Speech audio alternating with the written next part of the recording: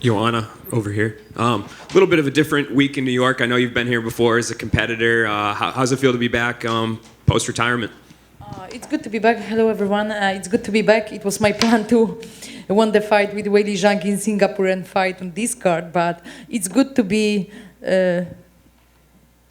just a guest, the guest, and do whatever I want to do, and enjoy the city and the fight week, from the different perspective. Is it a little less stressful? I'm assuming, or is it like, I kind of wish that I was in there this weekend? Yeah, it's difficult, man. It's difficult. I made a decision. I made a statement, but moments like this and places like this make me come back sometimes. Like I have the feeling, but no. And I mean, how happy are you that you can still be involved in some capacity? Like sometimes we see fighters retire and then we don't really hear from them, or maybe they'll come back as a coach a couple years later. But for you, it seems like you've still been pretty involved with the UFC, and they're obviously bringing you up. Very much. I hope they will keep on bringing me to the events, but I will be always around. I'm a very loyal person to all the people I have been working with. And I'm super happy to be part of the UFC, I'm looking forward to do even more. But I feel like I need to find what I would love to do with the UFC and where they see me placing. Is there any ideas you have about that? No, I want to be a manager, and I want to take care of the fighters, and I'm planning to learn more about and maybe go through this direction more. Yeah, and is that pretty much, I was going to ask you how the retirement life is going. Is that just trying to find those things to channel your energy too? I don't have to, because I don't sleep home. And mid of January, I left Poland to Florida, where I was preparing for my fight with Weili Zhang. And it took 5 months. And after I got back home from Singapore, I slept home maybe 3 weeks. I'm that busy, and but I'm happy. I'm kind of happy, and I run so many projects, so many businesses, so many things. So much is going on around, and that's good. Yeah, and this is a good card for you to come out to, because the co-main event, obviously, two women you're very familiar with. Can you kind of talk to me about this fight and just your perspective and break it down a little bit? I don't like to predict the fights, but definitely Weili Zhang in the first round. She's so strong physically and mentally as well, and I feel that she's going to be the strawweight champion again soon, this Saturday. And last one from me, I don't know if you saw the press conference yesterday. Carla Esparza was booed pretty heavily by the fans. Just kind of, what are your do you think that maybe that people are being a little bit too hard on her about how that last fight went? Yeah, she's the champ, and she deserves the respect, and all the attention. But it's not only about being the best athlete. It's also about your character, if people see charisma in you or not, If I was becoming the strawweight champion for the second time, I would get bigger, I would double the amount of my followers, money, contracts, and everything, And it looks like for Carla Esparza is enough, And it's okay. We have to respect that. But she's the champ, so she deserves all the respect right now, Joanna, over here. I spoke with Jan Blachowicz a couple months ago, and he said he's 100% certain that if the UFC went back to Poland for a stadium show, that you would come out of retirement. I'm not sure. I'm not sure. Sometimes I feel that I should give one more fight. I should do the last dance for fans, because we had no time. I was not prepared, and they were not prepared to say goodbye. So, and like I said, it was the best camp in my fighting career. The last camp was the best camp, and I was in such a good shape.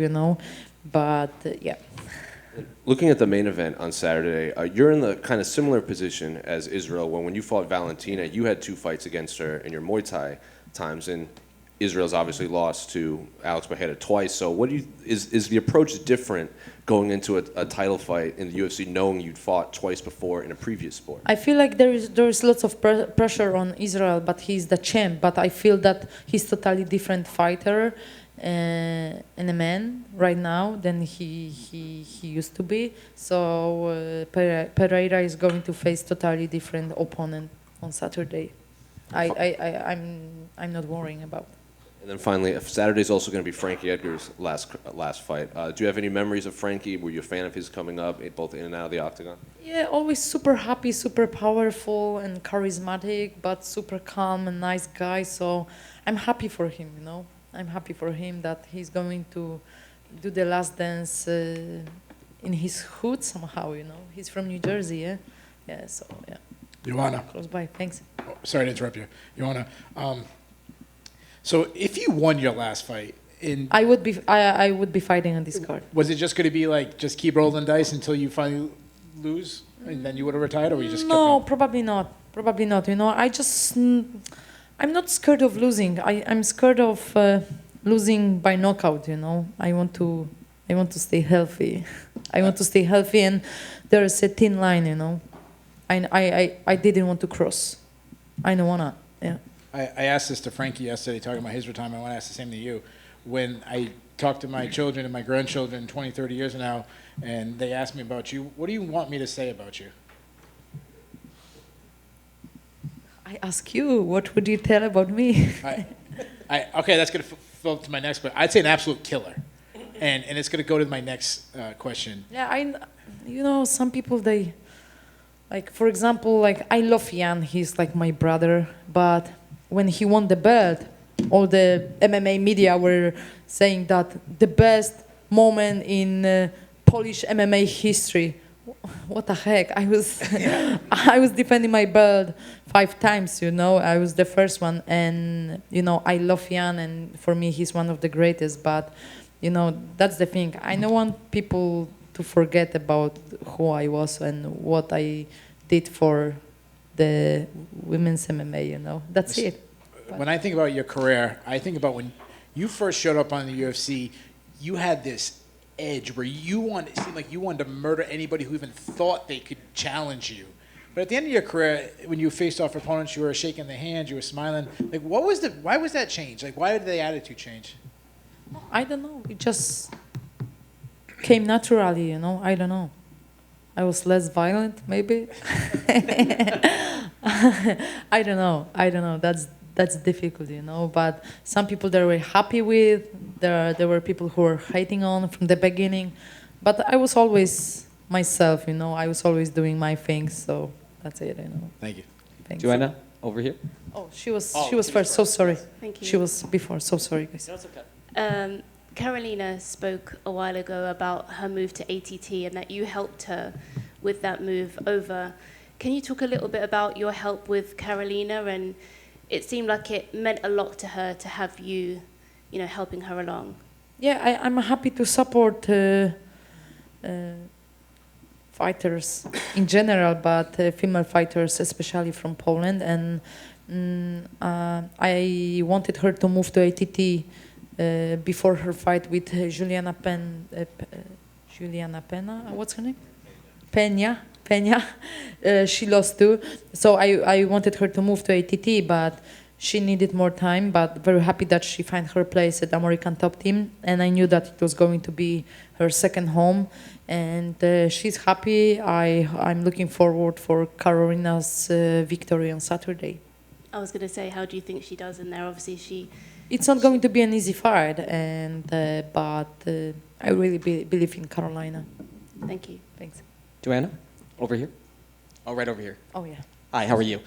From one Polish person to another, I want to thank you for everything you've done in the sport, both Thank you. kickboxing and mixed martial arts, and also putting Polish mixed martial arts on the map. So one question for the upcoming female MMA fighters. You know, you already been through the process. What advice would you give them? Just get as much as they can from every fight, every moment, from every exposure, and I always give a lot and I take as much as I can, but I wish I was this smart as I am today, 5 years ago, or when I was the champion, I would make even more money. I would do more, but that time I felt like I was doing, enough, and I was getting enough. But I heard it from some champion that day. Like, they told me, like, get as much from this moment, because when you will lose the belt, people will somehow forget about you. And I will give the same advice, get as much as you can from this moment, because it's not that, because you can't be the champ forever, and that's the thing. That's the thing. But I'm happy, with the belt, without the belt. I was always super happy, very dedicated, and I'm working a lot, making enough money till now, and that's the good thing about it, But it's all about working hard, and not only willing to work, but working, putting in actual work. Absolutely. You're a bona fide legend, and congratulations on Thank your you. retirement. You mentioned earlier you were going into the management business, and you're talking about some of the other stuff that advice for young fighters. What is the worst advice or decision that your manager, maybe early in your career, maybe in kickboxing, one of your managers ever had for you that you wish you'd never listened to? That I shouldn't be fighting some fighter. I remember when I faced, when I've got an offer to fight Rosie Sexton, the former UFC fighter, before Cage Warriors. Before I got into the UFC, they told me, my manager at that time and my coaches, they were like, no, it's not a good idea. You can lose the fight. You are not going to get into the UFC. And I told them that, guys, I'm taking this fight, I'm winning, and I'm getting into the UFC. And it happened, So the most important thing is to believe in yourself and be surrounded by people who are believing in you as well. Hi, Joanna, over here. Long time no see. Outside of retirement, like, what have you been doing? Like, what are some of the funnest things that you've been doing? I know you love to travel. What are some of the best places you've been to this year? Ooh, I don't know. Like, I visited like 10 countries this year already. So I keep on busy, but I launched my supplement company, my labs. We are under USADA. We can't take all the supplements. Most of them are very dirty, and so I want to keep like really clean and pure formulas and dedicated for athletes and people in general. But I run so many projects, and it's good that I finally opened my foundation, so it's my next goal to help even more kids and teenagers, becoming who they want to be in their lives. Mm-hmm. That's the funniest part of my life right now. Awesome. And living a very adventurous lifestyle, like, do you think we're ever going to see a TV show about yourself, like you doing, your things, going places? Do you think we'll ever see a TV show about you? I have a plan to have my own TV program. There is a documentary about me on HBO in Europe, but I want to do Dakar race in 2 years. So I'm really challenging myself in racing. I'm a driver. A month ago I did my second race. I got the pro license, so I can't wait. I need to stay disciplined, so I can't wait to get on schedule and race even more, learn and do the Dakar race in 2 years. It's really big challenge, one of the biggest in my life, and very dangerous as well. And last question for you. A lot of fighters are excited to be fighting at MSG this weekend. What could you take away from your first experience fighting at MSG back in 2016 at UFC 205? And 2017, it's a mecca, It's a place to be and fight, and my biggest dream became true, and it's super exciting. You feel all the ghosts, from different fighters and just people who were performing in the arena, it's good. It's just good. Thank you. Have a good time in New York. You. Appreciate you. Hey, Joanna over here. How you doing? Very good, thank you. Are you still training, or are you just completely out the game and just focus on the businesses? I do. If not racing, I would do ADCC in 2 years, but I'm pretty busy. So I do training every day, tennis or cardio or different sports. I haven't done any boxing or Muay Thai since my last camp. I do some jiu-jitsu training once in a while, but that's it. But I do training every day. I know want to be chubby, so I need to train, you know. Exactly, and mentally too. Do you think it affects you? Like, is your mental not as sharp if you're not training, and just kind of? Yeah, I need it. You know, since I was a little girl, I was always very active, so I need sport in my life on daily basis. Good to see you out here. Thank you. Appreciate you guys. Thank you.